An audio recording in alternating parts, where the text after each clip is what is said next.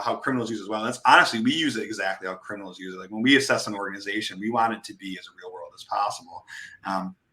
But just some things that we've done. I mean, like there's an MSP that we worked for. This was earlier this year, and they were using, I don't know what solution it was, but it was a password reset solution that allowed security questions to be answered to reset the password.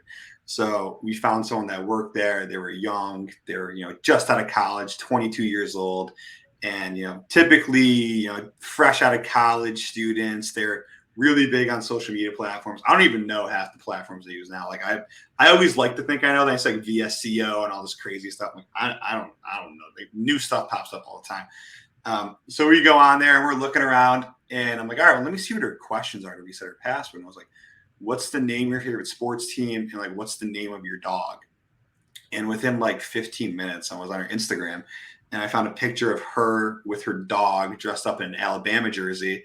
And I was like, oh, hanging with my pal Spike, hashtag Roll Tide. And I'm like, okay, well, let's look at these questions. What's the name of your dog, Spike? What's the name of your sports team?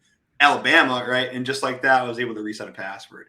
And this stuff happens all the time. And it's not just, password resets. When you think about targeting someone with a sophisticated spear phishing email to get, a macro in and get a Cobalt Strike beacon running on that machine, you got to do your research. You got to do your homework. Like if you find an executive that went to Cornell and they're part of a fraternity and you notice they donate a lot of money, that's all really good information you can use to send like fake newsletters or donor appreciation events. And hey, here's the agenda. It's a PDF or a Word doc, and you download it.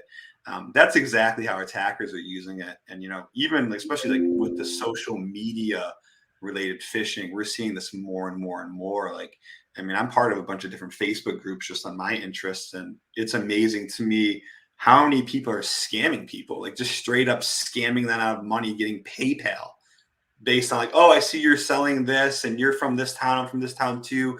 Oh, do you go to this diner? Oh, me too, right? They're befriending them, getting that trust, and they're using, hey, I want to buy it, but I'm out of town. We can meet up in 2 weeks, but I really need it today. Can you ship it to me? I'm traveling.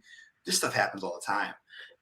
And they're getting better, right? They're only getting better. It's, it's really kind of a race, almost an arms race of who can get better first. Is it going to be the attackers? Is it going to be the defenders? And as one gets, as one increases, the other increases. It's always a race. But yeah, we're seeing, for OSINT, I mean, it's the staple of every cyber service that we offer. It's a staple of every criminal and their offerings as well.